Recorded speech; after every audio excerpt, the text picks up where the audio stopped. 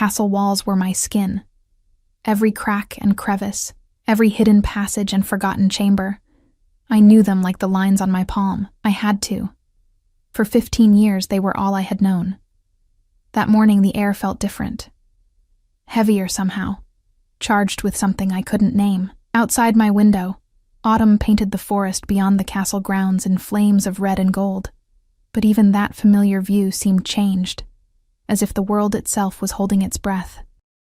I traced the silver pendant at my throat, my mother's final gift before she hid me away, feeling the familiar wolf etching worn smooth from years of anxious touches, a reminder that even the hunted could survive. The servants would begin their rounds soon. I knew their patterns as intimately as I knew the castle itself, which corridors they neglected, which rooms they entered only once a month, which timings allowed me to move unseen. This knowledge had kept me hidden for 15 years, ever since my mother, the king's healer, had secreted me away in the depths of the castle when I was just 5 years old. "Keep hidden. Keep safe." She'd whispered that last night, her pale blonde hair, so like my own, falling around me like a curtain as she pressed her lips to my forehead. "The wolves would tear you apart if they knew what you are." I never saw her again. 3 days later, I heard the servants whisper that the healer had died suddenly, taking whatever secret she guarded to her grave. Only I remained, a ghost in the walls, surviving on stolen food and fragments of overheard conversations. The bells in the eastern tower chimed 6 times. The royal kitchen would be busy preparing for breakfast, which meant the southern corridors would be clear. I slipped from my hidden alcove behind the library's eastern wall, my feet soundless against the cold stone. Years of practice had taught me to move like shadow, to exist without leaving traces. Footsteps echoed suddenly from around the corner, unusual for this time of morning. I froze, pressing myself against the wall, willing my heart to quiet its frantic beating. The wolf guard patrolled the castle, but rarely this wing, and never at this hour. "The Alpha King arrives today," a hushed voice said, and I strained to listen. "They say he's coming to choose a mate from among the noble families." "About time," another voice replied. 15 years on the throne without a queen. The council must be desperate for an heir. I held my breath until they passed.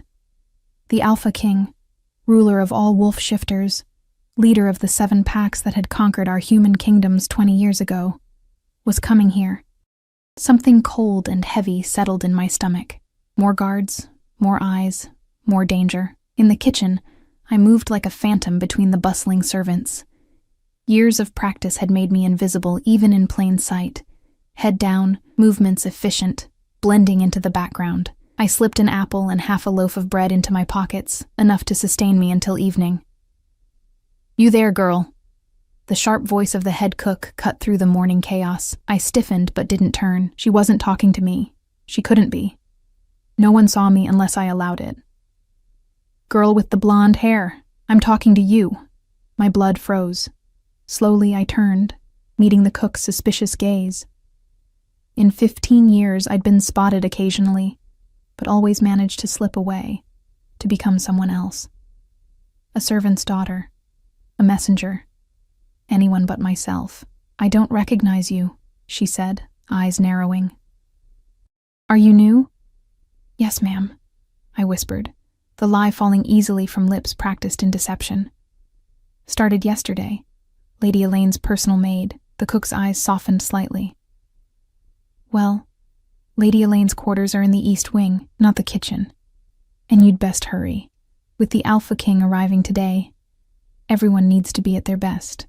I nodded meekly and backed away, heart hammering. As soon as I rounded the corner, I ran, bare feet silent against the cold stone. This was bad. Very bad. Lady Elaine would know I wasn't her maid. Questions would be asked. Searches would begin. I needed a new hiding place, somewhere deeper in the forgotten parts of the castle. I'd learned long ago that the oldest section, the North Tower, was largely abandoned due to its crumbling state. The servants called it haunted. I called it sanctuary. As I slipped through a narrow passage behind a tapestry, a sudden scent hit me, wild and sharp, like pine and winter nights and something dangerously alive. I'd never smelled anything like it before. It filled my lungs, making my head swim and my knees weak. And then I heard it. The low growl that seemed to resonate through the very stones of the castle. Not human. Wolf. "There's someone here," a deep voice said, accent thick with the northern mountains where the wolf packs originated. "I can smell her." Terror froze me in place. Wolf shifters could smell emotions, fear, especially. And right now, fear was pouring from me like water from a broken dam.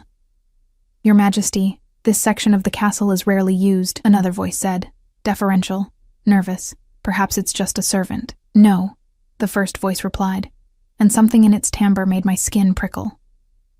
"This is different, sweeter, like moonlight and secrets." Footsteps approached the tapestry, heavy, deliberate. I pressed myself deeper into the shadow of my hidden passage, but I knew it was futile. If this was truly the Alpha King, he could track me by scent alone. The tapestry was ripped aside, flooding my hiding place with light. And there he stood, taller than any man I'd ever glimpsed, broad-shouldered and imposing in a way that spoke of barely contained power. His face was all sharp angles, his jaw darkened with stubble, his eyes stopped my heart. They glowed amber, the irises ringed with gold, inhuman and mesmerizing. The eyes of a predator, the eyes of a wolf. For 15 years, I had been invisible. For 15 years I had existed in the spaces between breaths, in the shadows between heartbeats. Now, those golden eyes saw me, truly saw me, for the first time. "What are you doing hiding in my castle, little ghost?"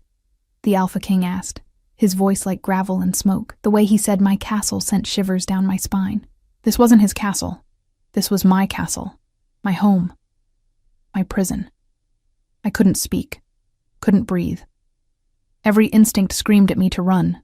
But where? There was nowhere in this castle he couldn't find me now that he had my scent. He stepped closer, inhaling deeply, his eyes never leaving mine. Something flashed across his face. Confusion, then interest, then something darker that made my pulse stutter.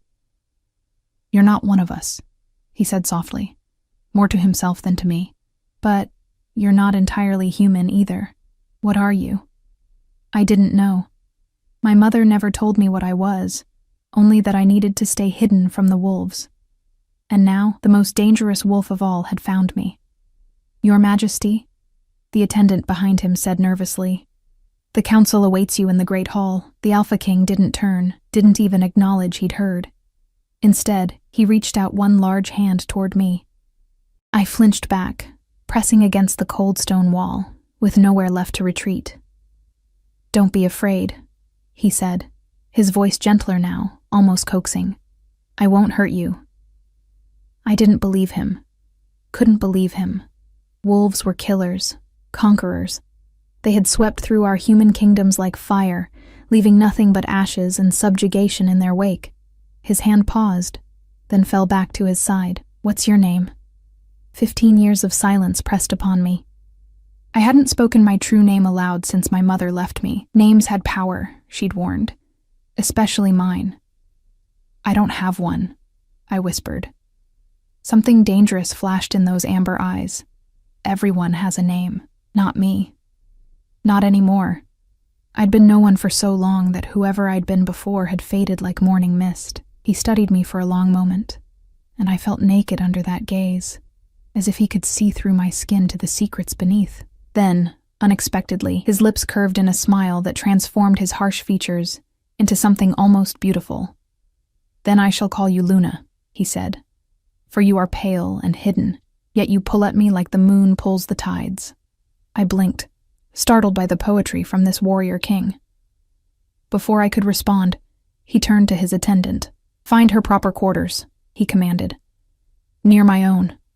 Cold panic flooded me. "No!" The word burst from me before I could stop it. Both men turned to stare, the attendant's face slack with shock at my defiance. The Alpha King's eyebrows rose. "No? I mean..." I swallowed hard, trying to find words that wouldn't get me killed. "I prefer to stay where I am." He laughed, a sound like distant thunder. "In the walls? Like a mouse?"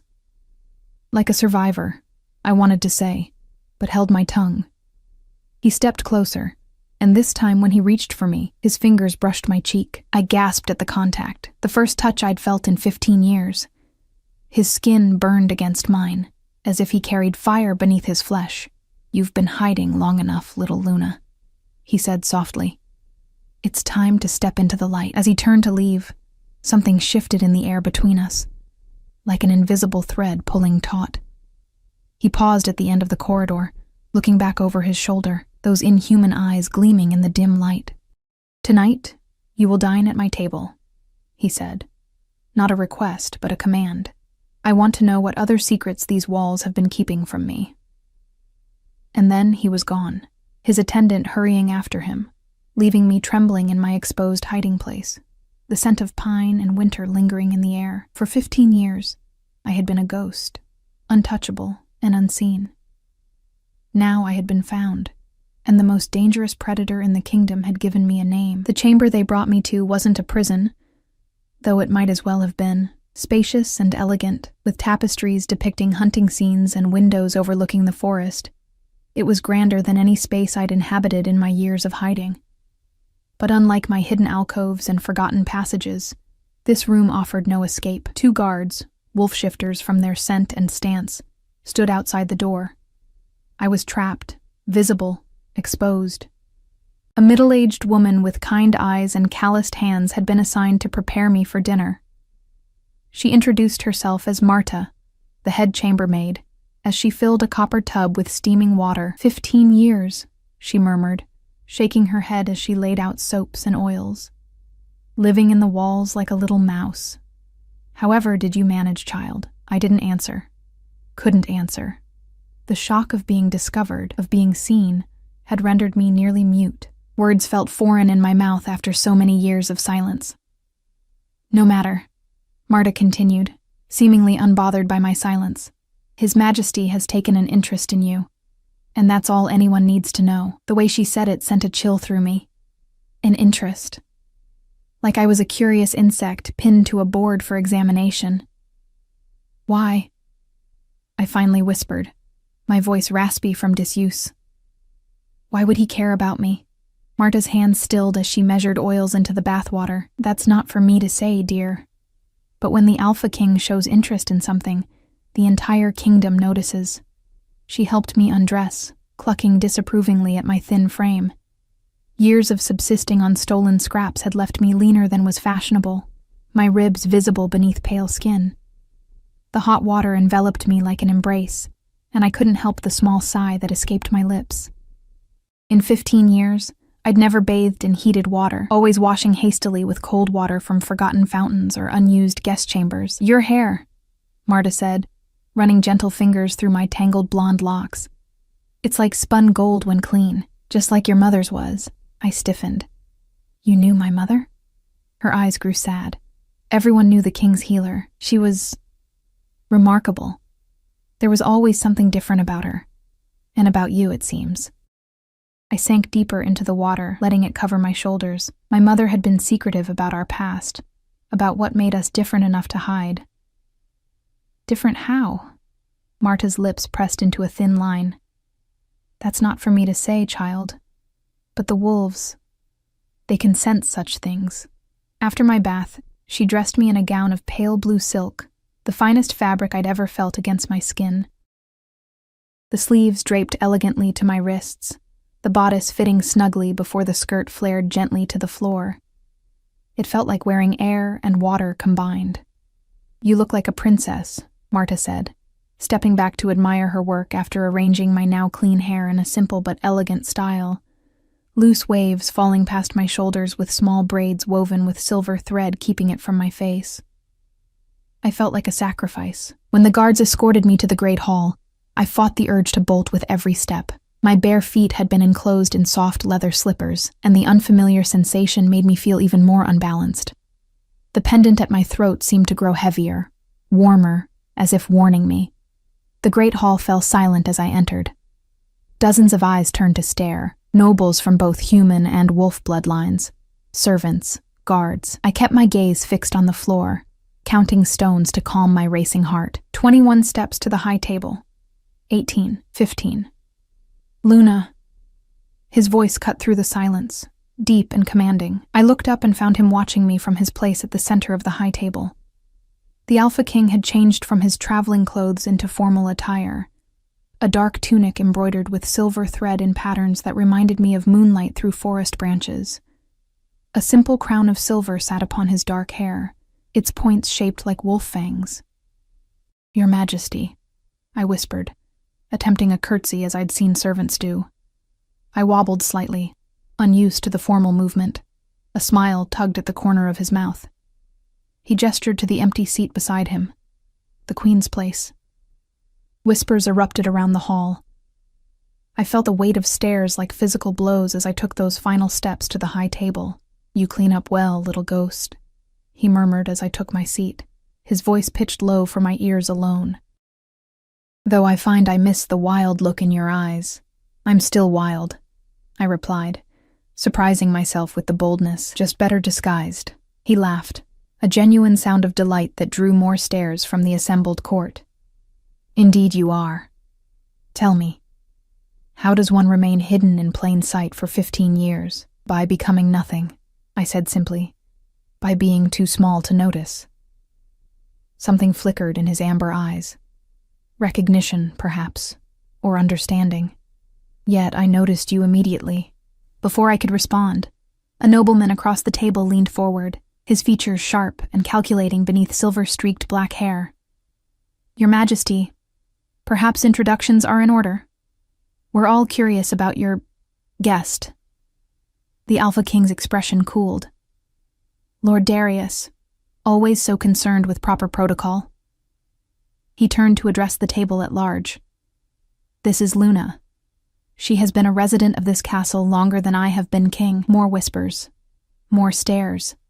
A beautiful woman with auburn hair, seated several places down, narrowed her eyes at me. "And what exactly is her position, Your Majesty? We weren't aware you had appointed a new advisor." The insinuation in her tone was clear. I felt heat rise to my cheeks. "Her position," the Alpha King said, his voice carrying a warning rumble, "is at my right hand for tonight. Beyond that, it is no concern of yours, Lady Isabel." The woman, Lady Isabel, flushed with anger, but lowered her eyes submissively. I remembered fragments of conversations I'd overheard through the years. Lady Isabel of House Blackthorn, daughter of the Alpha King's chief advisor, had long been considered the most likely candidate for queen. Until now. Servants brought course after course of rich foods, more than I'd seen in all my years combined.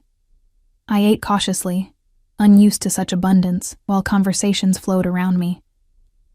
Politics, territory disputes, pack rivalries, the topics swirled together, meaningful yet distant from the life I'd known. "You're not eating," the Alpha King observed, leaning closer. The heat of him radiated against my side, making it difficult to concentrate. "Does the food not please you? I'm unaccustomed to such richness," I admitted. He studied me for a moment, then reached for a simple plate of sliced fruit, placing it before me. "Start with this, then." The small act of consideration took me by surprise. I'd expected many things from the fearsome Alpha King: cruelty, interrogation, perhaps even execution once he tired of my novelty. Kindness had not been among them. "Why am I here?" I asked quietly, picking up a slice of apple. "Why now after all these years?" He took a sip of wine, regarding me over the rim of his goblet. "Because you interest me. Because you should not exist, and yet you do. Because you smell of secrets and moonlight, and both are things I find irresistible." A shiver ran down my spine. "And when you solve the mystery, what then?" Something dangerous flashed in his eyes. "Who says I want to solve it? Perhaps I simply want to possess it." "I am not an object to be possessed," I said, the words emerging stronger than I felt. He leaned closer, his breath warm against my ear. "No. You are something far more valuable. Something unique." The feast seemed to stretch for hours. I felt myself wilting under the constant scrutiny, the weight of so many eyes after years of invisibility. The Alpha King must have noticed, for he suddenly stood, silencing the hall with his movement. "The journey was long, and tomorrow's council begins early," he announced. "We will retire for the night." Relief flooded me, until I realized what "we" implied. Panic must have shown on my face, for when he offered his arm to escort me from the hall, he murmured, "Peace, little Luna. I'm returning you to your chambers, not mine, though the court will assume otherwise, which serves our purposes for now." "Our purposes?" I echoed weakly. His smile was cryptic. "You'll understand soon enough." As we left the hall together, I felt Lady Isabel's glare burning into my back. I'd made an enemy without speaking a single word to her. But what frightened me more was the protective way the Alpha King's hand rested at the small of my back, guiding me through the corridors, as if I were something precious, something to be shielded. No one had protected me in 15 years. I'd survived on my own, relied on no one. The sudden shift left me dizzy, unbalanced. At the door to my new chambers, he paused. "Tomorrow, I have matters of state to attend to, but in the evening, we will talk. Truly talk. There are things you need to know, Luna." "About what?"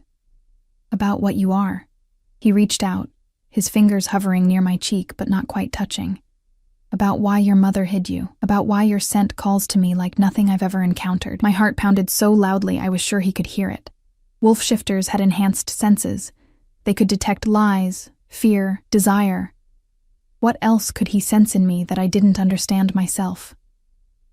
"Rest now," he said, dropping his hand. "You're safe here." Am I? I couldn't keep the doubt from my voice. For a moment, something like regret shadowed his features. "Safer than you've been in 15 years, though that's not saying much, is it?" He stepped back, nodding to the guards stationed outside my door. "No one enters without my express permission, not even Lord Darius or Lady Isabel." I slipped into my chambers and leaned against the closed door, listening to his retreating footsteps. Safe. The word seemed foreign, impossible. I'd never been safe, only hidden.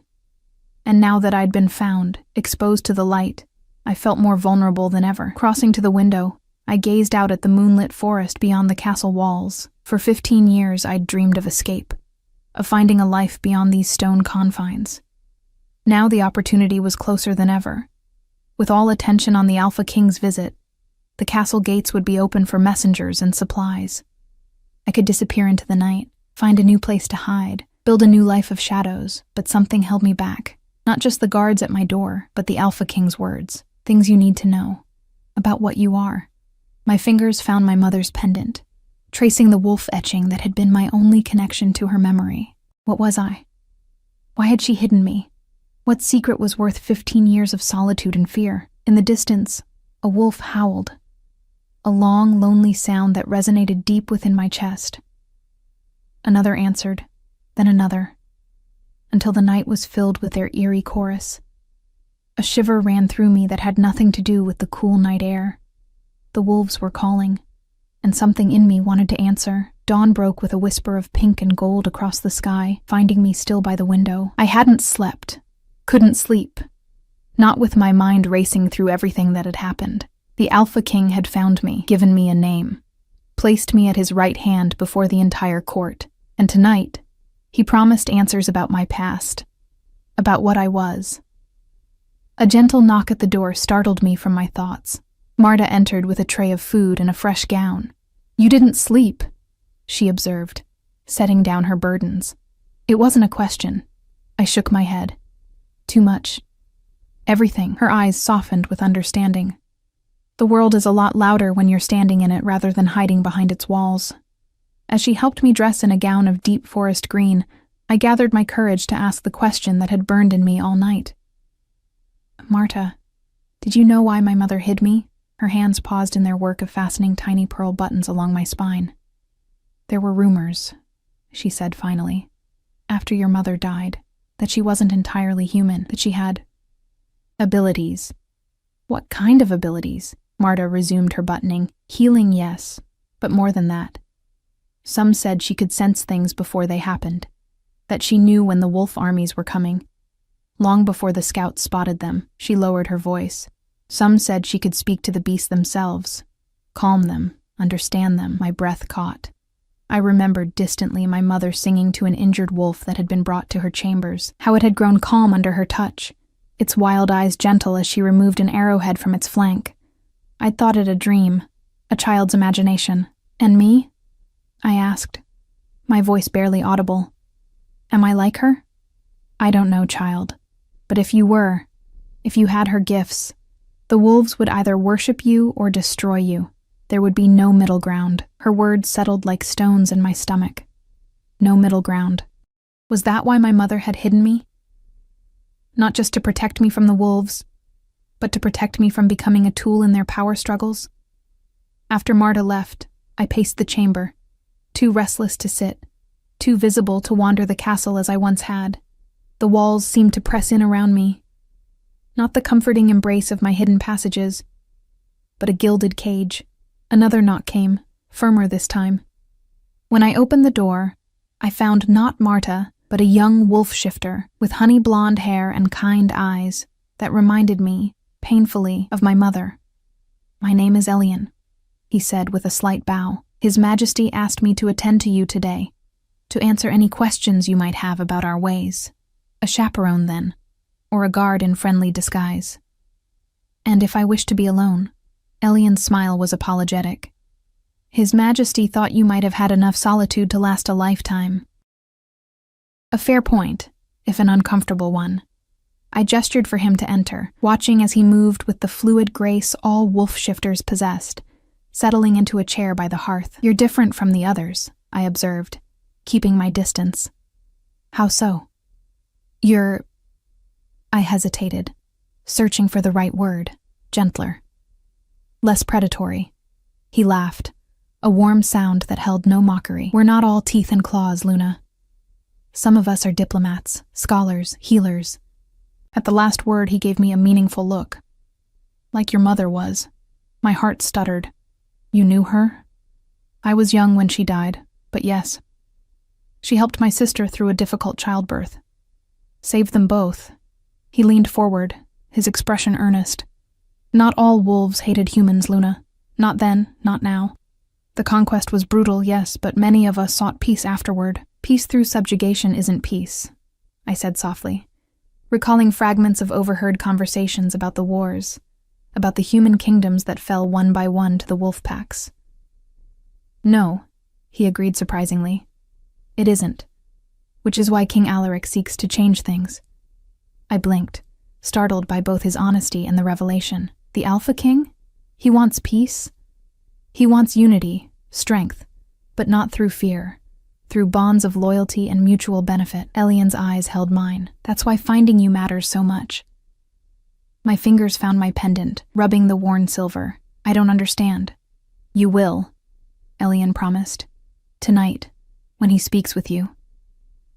We spent the day together, Elian answering my questions about wolf society, their customs, their hierarchy.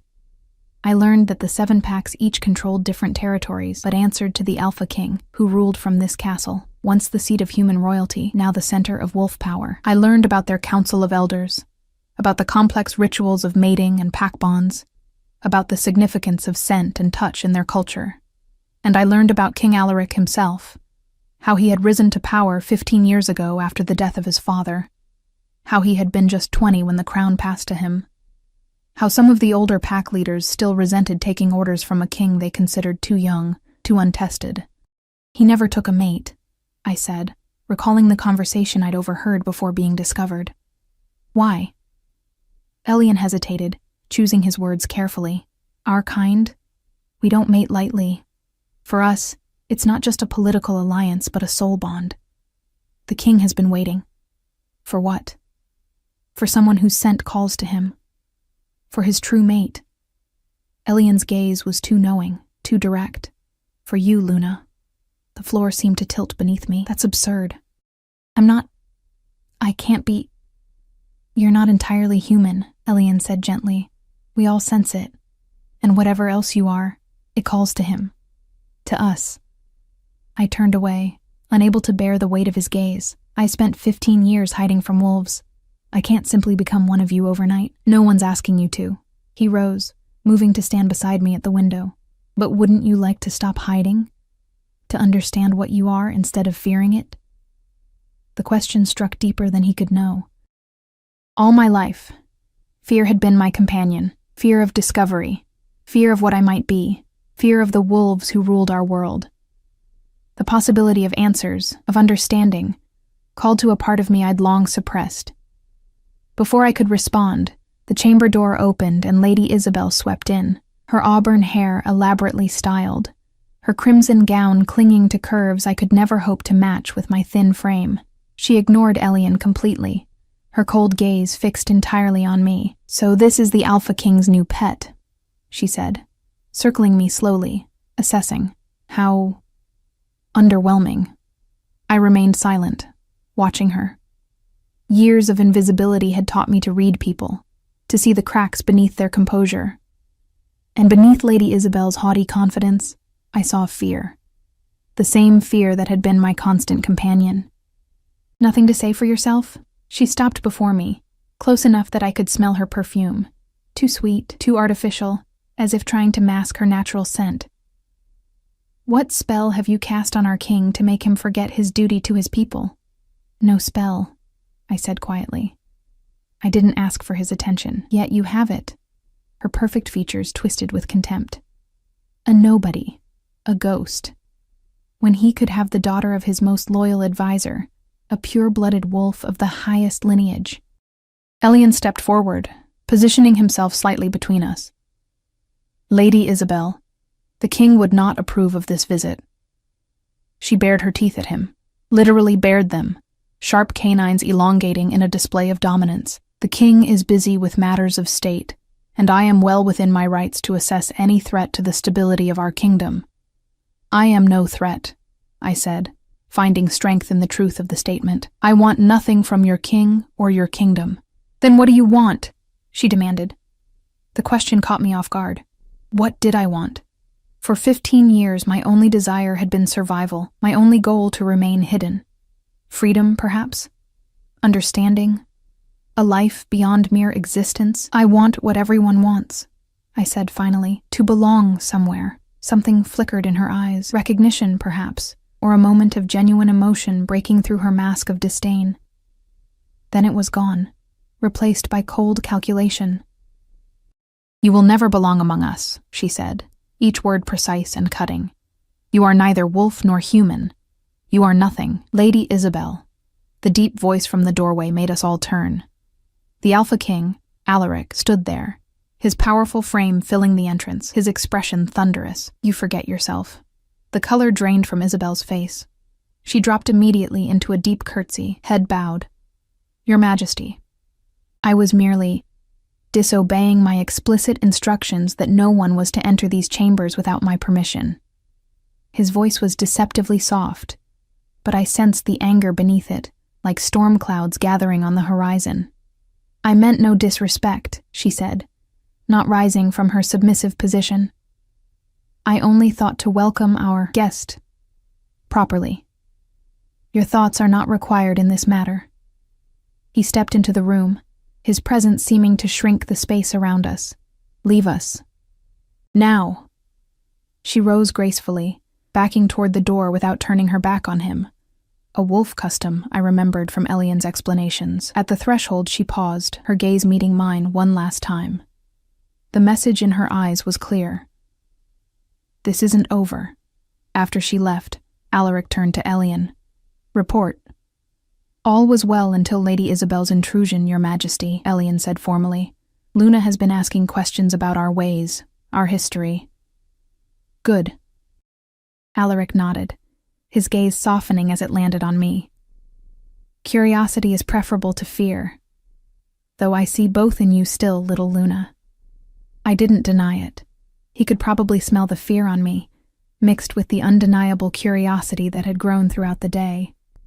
"Leave us, Elian," Alaric said, his eyes never leaving mine. "It's time Luna and I had our talk." Elian bowed and slipped from the room, closing the door behind him. Alone with the Alpha King, I found myself acutely aware of his size, his strength, the raw power he contained within his human form. "You're afraid again," he observed, keeping his distance as if recognizing the effect his proximity had on me. "You needn't be. Not with me.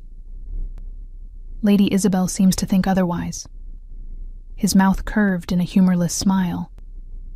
Lady Isabel sees you as competition. For what? For me. He said it simply, without arrogance. She has sought to be my queen since we were both adolescents. But titles and political alliances hold no appeal for me. What does then? He moved to the window, gazing out at the forest as the afternoon light gilded his profile. Truth. Power that comes from within, not from conquest. Connection. He turned back to me. Do you know why wolves howl at the moon, Luna? The sudden change of subject disoriented me. To communicate with their pack? Yes, but it's more than that. His eyes seemed to glow amber in the fading light. We howl to remind ourselves that no matter how far we roam, we are never truly alone. That somewhere, someone will answer our call. Something stirred within me at his words. A longing so deep and primal that it frightened me with its intensity. And if no one answers, someone always answers. He stepped closer, and this time I didn't retreat. Your mother knew that. She could hear us, understand us, even in her human form. She was what we call a moon singer, a human born with the rare gift to bridge the gap between our worlds. My heart pounded against my ribs. And that's why she had to hide? Because of this gift? No. He was close enough now that I could feel the heat radiating from him. She had to hide because she fell in love with a wolf, because she bore a child that was neither fully human nor fully wolf, but something new entirely. His gaze held mine, intense and unrelenting. She had to hide you, Luna, because you are the first of your kind. A hybrid. The living proof that our species are not meant to remain separate, but to unite. The world seemed to tilt around me. My mother's warning suddenly cast in new light. Not, the wolves would tear you apart if they knew what you are, but some wolves would tear you apart. Some, but not all. Not him. My father, I whispered, 1,000 questions colliding in my mind. Was my uncle, Alaric said quietly, my father's younger brother. He died in the final battle of the conquest. Never knowing you existed, my father discovered your mother's pregnancy afterward and ordered your death. Seeing you as an abomination, the blunt truth stole my breath. But you don't? Something fierce and protective flashed in his eyes. I see you as the future, Luna. As hope for a world where humans and wolves don't merely coexist in uneasy peace, but truly unite. Hope. Such a dangerous, beautiful thing after years of hiding, of expecting only fear and isolation. Could I trust it? Could I trust him? As if reading my thoughts, he slowly extended his hand, palm up, an offering, not a demand. You've been alone for too long, little Luna. It's time to find your pack. The sun dipped below the horizon, painting the chamber in shades of gold and shadow. Outside, a wolf began to howl. A mournful, questioning sound that seemed to reach inside me and pull at something dormant, something waiting to awaken. Trembling, I placed my hand in his, and for the first time in 15 years, I wasn't alone. His hand was warm around mine, strong yet gentle. A current seemed to pass between us, something ancient and wordless that made my skin tingle and my breath catch. For a moment, neither of us spoke, letting this new connection settle between us like the quiet after a storm. What happens now? I finally asked, my voice barely above a whisper. Alaric's thumb traced circles on my palm, each movement sending ripples of awareness through me. Now, we begin to undo 15 years of separation and fear. Now, we show both wolves and humans what unity truly means. The enormity of what he proposed struck me like a physical blow. I'm just one person. Half wolf or not, how could I possibly change anything? By existing, by standing at my side, by being exactly what you are, neither fully one nor the other, but a bridge between worlds. His eyes held mine, fierce with conviction. The old ways are failing us, Luna. The conquered humans seethe with resentment. The wolf packs grow complacent with power. Without change, there will be rebellion, bloodshed on both sides. The image was vivid and terrible. War between wolves and humans. Death on a scale I could scarcely imagine. And you think I can prevent this? Because of what I am.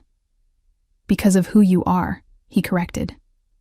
Your mother was beloved by both species. She healed without discrimination, showed compassion without boundaries. That legacy lives in you, whether you've known it or not. I pulled my hand from his, suddenly overwhelmed.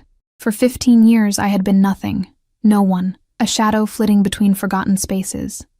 Now, in the span of a single day, I'd been found, named and told I might be the key to preventing a war. It was too much, too fast. I need time, I said, stepping back. I've spent my life hiding from wolves, fearing them. I can't simply become a symbol for unity overnight. Instead of anger or frustration, understanding softened his features. Of course. Time is something I can give you, Luna. He moved toward the door, pausing with his hand on the latch. But know this. The moment I caught your scent, the moment I found you, something changed. For both of us. You felt it too, whether you're ready to admit it or not. After he left, I sank onto the edge of the bed, my mind reeling with everything I'd learned. My father, a wolf, Alaric's uncle. My mother, a moon singer with the rare gift to communicate with wolves in their own language. And me, a hybrid, the first of my kind, a living bridge between two warring species. It explained so much, why my mother had hidden me, why the Alpha King had been so affected by my scent, why Lady Isabel saw me as a threat. But understanding didn't ease the vertigo of having my entire identity rewritten in a single conversation. I slept fitfully that night, my dreams filled with howling wolves, and my mother's voice calling to me from deep within a moonlit forest. When dawn broke, I rose and stood by the window, watching as the castle grounds came alive with activity. From this vantage point, I could see servants hurrying across the courtyard, guards patrolling the walls, and beyond them, the vast expanse of forest that had always represented freedom in my mind. A knock at the door announced Marta, who entered with breakfast and a troubled expression. "What's wrong?" I asked, immediately alert to her anxiety. She set down the tray and closed the door firmly behind her. "There are rumors spreading through the castle," she said, her voice low. "About you, about what you are." My stomach clenched. "What kind of rumors? That you're half-wolf, that the king intends to make you his queen, that you're some kind of witch who can control the minds of wolves." She wrung her hands. "Lady Isabel's work, no doubt. She's been whispering to anyone who will listen." I sank into a chair, appetite forgotten. "She wants to turn people against me. Against you. Against the king's plans for unity. Her father, Lord Darius, has ambitions. He's always wanted his bloodline on the throne." Marta's eyes were sad. "Politics is a dangerous game, child, and you've been thrust into the middle of it." Before I could respond, another knock came, sharp, authoritative. Elian entered, his usually calm demeanor replaced by tense urgency. "Luna, the king requires your presence immediately," he said, not bothering with pleasantries. "The Council of Elders has convened an emergency session about you." Cold dread pooled in my stomach. "Why?" "Lord Darius has raised concerns about your influence on the king. He's suggesting that as a moonsinger's daughter, you might be using your gifts to manipulate his majesty." "That's absurd," I protested. "I didn't even know what a moonsinger was until yesterday." Elian's expression was grim. "Truth matters less than perception in politics.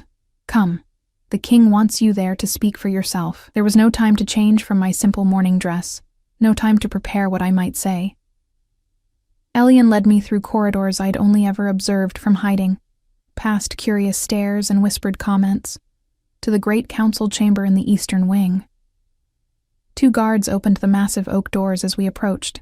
Inside, a circular table dominated the room, around which sat 7 men and women, the leaders of the 7 major wolf packs. Alaric stood at the head of the table, his posture rigid with barely contained anger. Lord Darius stood opposite him, speaking in passionate tones that cut off abruptly as I entered. All eyes turned to me, the weight of their collective gaze, some curious, some hostile, some calculating, pressed upon me like a physical force. I fought the urge to shrink back, to disappear as I had for 15 years. "Ah, the girl herself," Lord Darius said, his silver-streaked hair gleaming in the light from the high windows. "How convenient that she arrives just as we discuss her. Unusual situation. She arrives because I summoned her, Alaric said, his voice dangerously calm. As is my right as king. An older woman with steel-gray hair and sharp features leaned forward, studying me with unnervingly direct eyes. Is it true? She asked. Are you truly half-wolf? The daughter of Gabriel? Gabriel. My father's name, spoken aloud for the first time in my hearing. Something resonated within me at the sound, a sense of connection to the stranger who had helped create me. I didn't know my father, I said, finding my voice. I only learned of my heritage yesterday.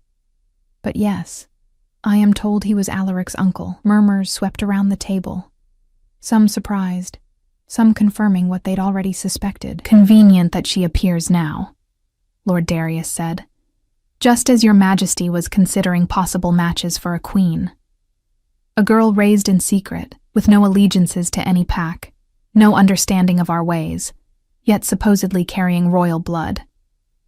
There is nothing supposed about it, Alaric growled, a hint of his wolf emerging in his tone. I knew her scent the moment I caught it. The blood of my blood calls to me, as does her mother's lineage. She is exactly what she appears to be. A bridge between our worlds. A younger pack leader with auburn hair leaned forward eagerly. If what you say is true, this changes everything. A hybrid who survived to adulthood. It was thought impossible. The implications for our future are dangerous, interrupted a broad-shouldered man with a scarred face. Humans and wolves were never meant to interbreed. The old laws forbid it for good reason. Such unions weaken the bloodline. The old laws were written by those who feared change, Alaric countered, who saw power only in purity, not in adaptation. Look at our kingdom now. Humans simmering with resentment, wolves growing complacent and cruel. Is this the strong future you envisioned, Thorn? The scarred man, Thorn, growled low in his throat, but didn't respond. Lord Darius cleared his throat. The girl's parentage is but one concern. The greater issue is her potential influence. If she inherited her mother's abilities as a moon singer, she could be bending the king's will to her own, without his knowledge. Fury flashed through me, burning away my fear. I have spent 15 years hiding in the walls of this castle, I said, stepping forward. Stealing scraps of food, sleeping in forgotten spaces, living in constant fear of discovery. If I possessed such power to bend wills, don't you think I might have used it for something more than mere survival? A moment of stunned silence followed my outburst. Then, unexpectedly, the gray-haired woman laughed, a sharp, approving sound. The girl has spirit, she said, nodding at Alaric. And she makes a fair point. No moon singer with the power to manipulate would have endured such hardship. Unless, Lord Darius interjected smoothly, it was all part of a longer game. A way to position herself to be discovered at precisely the right moment. A 15-year game, planned from childhood? The auburn-haired leader shook his head. That stretches credibility, Darius, even for you. What it comes down to, Alaric said, his voice cutting through the debate, is whether you trust your king's judgment. I have found Luna. I have recognized her value to our kingdom's future. I intend to court her formally, and if she accepts, to make her my queen. The declaration sent a jolt through me. Court me, make me queen. He had hinted at such things, but to hear it stated so boldly, so publicly, Lord Darius's face darkened with barely contained rage. Your Majesty cannot be serious. There are protocols, traditions. The council must approve any potential royal mate. The council may advise, Alaric replied coldly, but the final choice has always been the king's. Or have you forgotten the laws you claim to uphold? Tension crackled in the air between them. I could almost see the power struggle playing out. Lord Darius, representing the old ways, the purity of bloodlines, the separation of species. Alaric pushing for change, for unity, for a new kind of strength. And somehow, I had become the symbol around which this struggle revolved. Perhaps, said the gray-haired woman carefully, a compromise might be reached. Let the girl remain at court, under observation. Let her learn our ways, and let us learn more about her. If, after a suitable period, your Majesty still wishes to court her formally, the council will have had time to assess her character and suitability. Alaric's jaw tightened, but after a moment he nodded. A reasonable proposal, Elder Lyra. provided Luna is treated with the respect due to my chosen companion. All eyes turned to me once more, waiting for my response. I looked at each face around the table. Elder Lyra, shrewd but fair, the eager auburn-haired leader, the hostile Thorn, the calculating Lord Darius, the others whose names I didn't yet know but whose support or opposition would shape my future. And finally, Alaric, whose amber eyes held both a question and a promise. "I accept Elder Lyra's proposal," I said, my voice steadier than I felt. "I have much to learn about wolf ways, just as you have much to learn about me. I ask only that I be judged by my own actions, not by fears or assumptions about what I might be." Elder Lyra nodded approvingly. "Well spoken.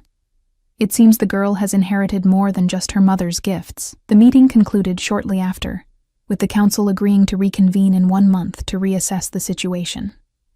As the pack leaders filed out, Lord Darius paused beside me, leaning close enough that only I could hear his words. "This isn't over, half-breed," he whispered, his breath hot against my ear. "The king may be blinded by novelty and desire, but I see you clearly.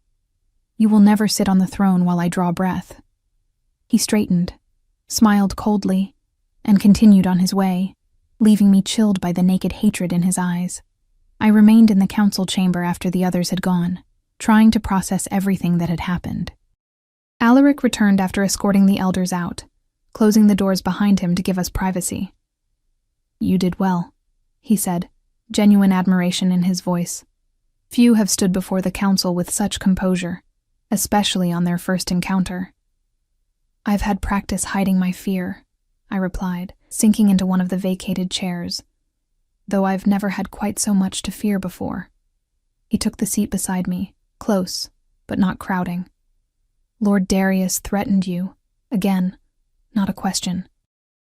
He made his position clear. Anger flashed in Alaric's eyes. "He oversteps. You are under my protection now." "But for how long?" I asked, voicing the doubt that had been growing since the meeting began. "This month of observation, it's just the beginning of their resistance, isn't it?" "Yes," he admitted, surprising me with his honesty. "Some will never accept what you represent, what we could build together. Change frightens those who profit from the current order." He leaned closer, his gaze intense.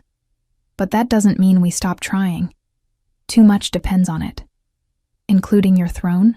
A shadow crossed his face. "My throne is secure enough. It's the future I worry for, a kingdom where wolves and humans live in true harmony, not this uneasy peace built on conquest and submission." I studied him, trying to reconcile this visionary king with the fearsome alpha I'd been raised to dread.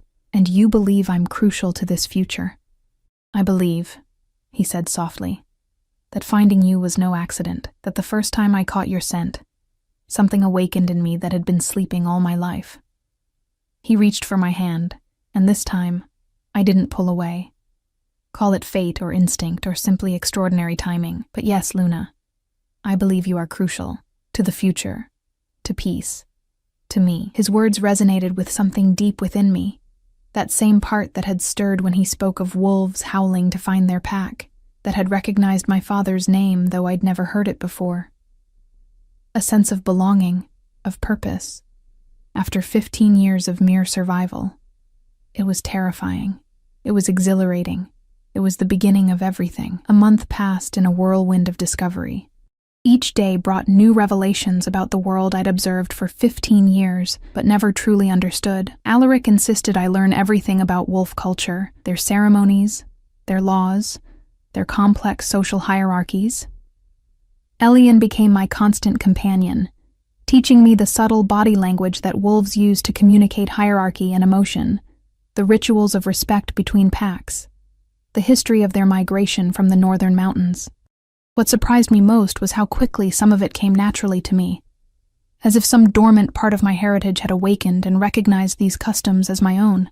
The first time I instinctively tilted my head to expose my neck in deference to Elder Lyra, the old woman had smiled with genuine approval. "The wolf blood runs strong in you," she'd observed. "Despite everything, not everyone welcomed my rapid adaptation." Lady Isabel and her circle made their disdain clear at every opportunity, whispering behind their hands when I entered rooms, falling silent when I approached. Lord Darius watched me with cold calculation, searching for any misstep he could use against me. And some of the human servants who had once been nobility before the wolf conquest looked upon me as a traitor to my mother's kind. Caught between worlds, I belonged fully to neither, but in the quiet moments with Alaric, walking in the gardens at dusk, sharing meals in his private chambers, talking long into the night about our hopes for the kingdom, I found a sense of peace I'd never known. He never pushed for more than I was ready to give, seeming to understand that after 15 years of isolation, even simple touch was overwhelming. Instead, he courted me with words, with shared dreams, with small, thoughtful gestures. A book of human poetry he'd found in the library, a necklace of polished amber that matched his eyes, a private balcony added to my chambers so I could watch the sunrise over the forest. "You're falling in love with him," Marta observed one evening as she brushed my hair, now grown even longer and healthier under her care. I didn't deny it. Couldn't deny it. The truth was written in my quickened heartbeat whenever he entered a room, in the way my body unconsciously leaned toward his, in the dreams that left me flushed and breathless upon waking. "Is that so terrible?" I asked. "No," she said softly. "But it is dangerous. The council meeting is tomorrow, and Lord Darius has been gathering support among the conservative packs. Whatever happens, child, guard your heart as carefully as you've guarded your life all these years." That night, unable to sleep, I slipped from my chambers and wandered the castle corridors. Without thinking, I found myself tracing the familiar hidden passages of my childhood, moving silently through the spaces between walls where I'd once lived like a ghost. I emerged into the old North Tower, climbing the winding stairs to the abandoned observatory at its peak. The circular room with its domed ceiling had been my favorite retreat during my years in hiding, a place where I could look out over the forest and dream of freedom. To my surprise, I was not alone. Alaric stood by the eastern window, his powerful frame silhouetted against the night sky. He turned as I entered, unsurprised by my appearance. "I thought I might find you here," he said. "You still seek the shadows when you're troubled." "Old habits," I replied, moving to stand beside him. Below us, the castle slept, while beyond the walls, the forest stretched endlessly beneath the silver light of a full moon. "How did you know about this place?" "I've known about all your hiding places for some time," he admitted. "My sense of smell is keener than most. Your scent lingers in the places you've spent the most time." I stared at him, startled by the revelation. "You knew where I was hiding? For how long?" "Almost since the beginning." His expression softened at my shock. "Not your exact location at every moment, but the general areas where you moved through the castle. I knew someone was living in the walls, someone who smelled of moonlight and secrets. But you never searched for me, never tried to find me." "No." He turned back to the window, his profile strong and thoughtful in the moonlight. "At first, I was preoccupied with securing my throne, with establishing my authority among the packs. By the time I had the leisure to investigate, I'd begun to wonder if perhaps whoever was hiding had good reason to remain concealed. So you just let me exist in the shadows for years?" He nodded.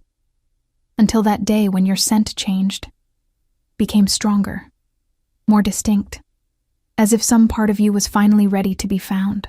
His amber eyes found mine. Was I wrong? I considered his question, thinking about how stagnant my existence had become in those final years of hiding, how empty and purposeless, how lonely. "No," I said softly. "You weren't wrong." We stood in comfortable silence for a time, watching the stars wheel slowly overhead through the observatory's glass dome. "The council meets tomorrow," I finally said, giving voice to the anxiety that had driven me from my bed. "Yes." "What if they rule against me, against us?" Alaric turned to face me fully, his expression resolute. "Then we continue on our path regardless. I am king. Their approval would make our journey easier, but the lack of it will not deter me from what I know is right." His certainty both comforted and terrified me. It could mean civil war among the packs, rebellion among the humans, or it could mean the beginning of true unity, a new era where neither species dominates the other. He stepped closer, his warmth radiating in the cool night air. Luna, I didn't choose this path because it was easy. I chose it because it's necessary, because finding you showed me a possibility I'd only dreamed of before. Moonlight spilled through the glass dome, bathing us in silver radiance. Outside, a wolf howled, a long, mournful call that seemed to echo the longing in my own heart. Without thinking, I closed the distance between us, resting my palms against his chest. His heartbeat thundered beneath my fingers, strong and steady. I'm afraid, I whispered. Of the council, of feeling this much, of having something to lose after so many years of having nothing. Understanding softened his features. Slowly, giving me time to withdraw if I wished, he raised his hand to my face, his fingers tracing the curve of my cheek with exquisite gentleness. When wolves find their true mate, Luna, they mate for life. No council, no law, no threat can change that bond once it's formed. Is that what you believe I am? I asked, my voice barely audible. Your true mate. I have never been more certain of anything. He lowered his head, his lips finding mine in a kiss that started gentle but quickly blazed into something deeper, wilder. Heat surged through me, burning away fear and doubt. For the first time in my life, I wasn't thinking of survival or hiding or fear, only this moment, this connection, this man who had found me when no one else could. When we finally parted, breathless, I saw that his eyes had changed, the amber darkening, the pupils expanding until only a thin ring of gold remained. The wolf within him, aroused by our closeness. Tomorrow, he said, his voice rougher than before, I will tell the council that I have made my choice, that you are to be my queen, their approval or no. But tonight, he paused, drawing a steadying breath. Tonight, I want you to be sure this is what you want. Not just for the kingdom, not just for peace, but for yourself. In that moment, looking up at him bathed in moonlight, I knew my answer with bone-deep certainty. The wall I had built around my heart during 15 years of solitude crumbled completely, leaving me vulnerable yet stronger than I had ever been. I want this, I said. I want you. Dawn found us still in the observatory, wrapped in his cloak against the morning chill, watching the sun rise over the forest. No words could capture what had passed between us during the night, the breaking of barriers, the joining of souls, the whispered promises and shared dreams. I felt changed, transformed, as if I had finally stepped fully into the person I was always meant to be. Are you ready?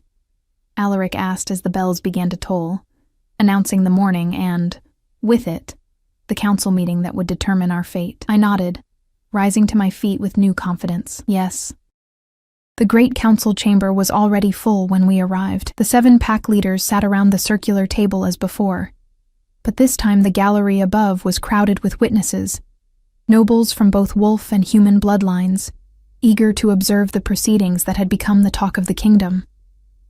I wore a gown of deep blue, my hair braided with silver threads that matched the pendant at my throat. My mother's wolf, now a symbol not of hiding but of heritage embraced. Alaric wore formal black, his silver crown gleaming against his dark hair.